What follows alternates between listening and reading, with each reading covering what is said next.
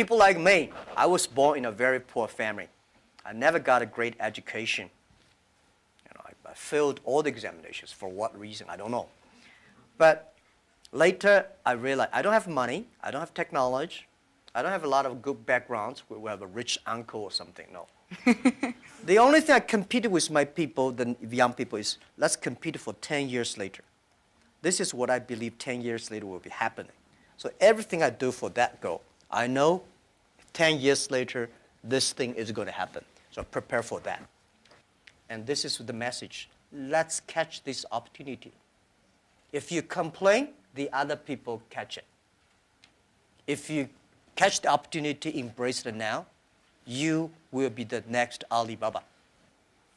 You guys remember, if you want to be successful, learn from the other people's mistakes. Don't learn from the successful stories. Successful stories they make,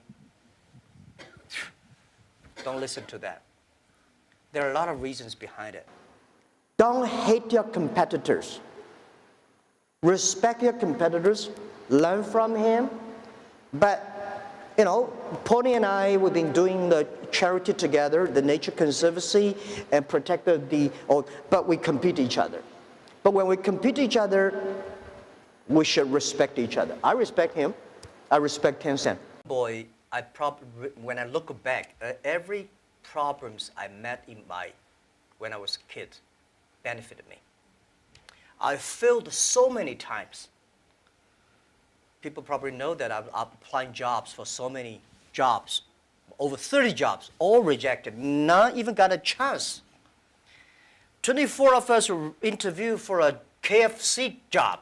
23 accepted. I was the only guy rejected. 6 people went for looking for a police job. 5 accepted. I was the only one. My cousin and I applied job as a server in a 4-star hotel in my city. We waited a long queue for 2 hours. He was accepted. I was rejected. So my mother looked at me, but I know this is a training course for me. Before my 30 years old, I'm a failure. People lose, but I never give up. I think there is an opportunity there.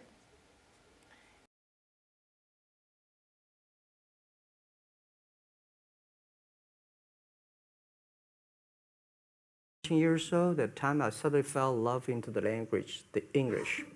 And there's no place you can learn English at that time. There's no books, English books. So I went to the Hangzhou Hotel, now called Hangzhou Shangri-La Hotel, because that was the hotel can receive the foreign visitors. So every morning for 9 years, I showed them around as a free guide, and they taught me English. And I think that changed me. Today, I'm 100% made in China. I've never got a one-day train outside China. Yeah. And when people talk to me, say, Jack, how can you speak English like that? Why sometimes you talk like an Western guys? I think that was the 9 years. These Western tourists opened my mind because everything they told me are so different from the things I learned from the schools and from my parents. So now I have a habit. Whatever I see, whatever I read, I use my mind. Think about for 2 minutes. And before for 3 years, I tried to fill in the universities. So I applied jobs for 30 times, got rejected. I went for a police. They said, no, you're not good. I went to even the KFC. When KFC came to China, come to my city, 24 people went for the job. 23 people were accepted. I was the only one guy. And we went for police. 5 people, 4 of them accepted. I was the only guy that did not receive it. So to me, being turned down, rejected. Oh, by the way, I told you that I applied for Harvard for 10 times, rejected. Actually, Jack, the name was given by a lady in tennis. She's a tourist. She came here and she said, came to Hangzhou. We become a pen friends. Maring is so difficult to pronounce. So she said, do you have an English name? I said, don't. So can you give me an English name? She said, okay. She said, my father called her Jack. My husband called Jack. What do you think about Jack? I said, good. So I've been using that for that many years. Yeah. Start with where you are today. Just how big is Alibaba? How many people come every day? How many people come in a week? How fast is it growing? Yeah, we have over 100 million buyers visiting our site, shopping our site every day. And we created 100 million every day. We created 14 million jobs for China, directly and indirectly.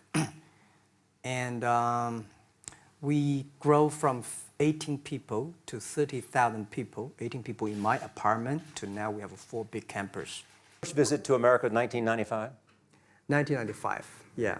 I came here for a project helping the local government to building up a highway. And you tried the internet? I tried the internet in Seattle, and in a building called the U.S. Bank. I don't know whether the U.S. Bank is still there or not, but it's a building. And my friend opened a small office, which is like only 10% bigger than this room. And there are a lot of computers in there. And he said, Jack, this is internet. I asked, what is internet? He said, search whatever you want. At that time, they used Mosaic, very slow, right? Yeah.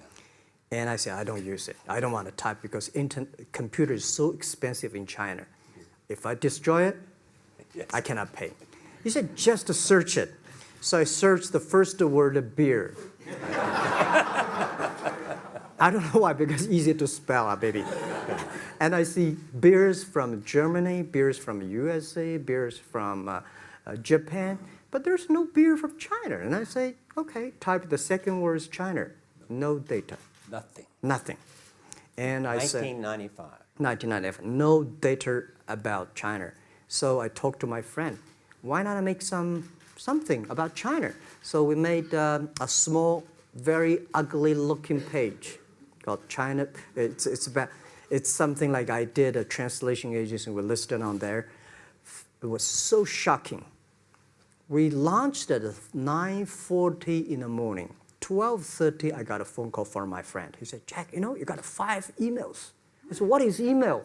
And they say, these are the things. So people so excited. Where are you? This is the first time I see a Chinese website on that. How can we can we do something together? So I think this is something interesting. So we should do it. Why did you call it Alibaba? Alibaba?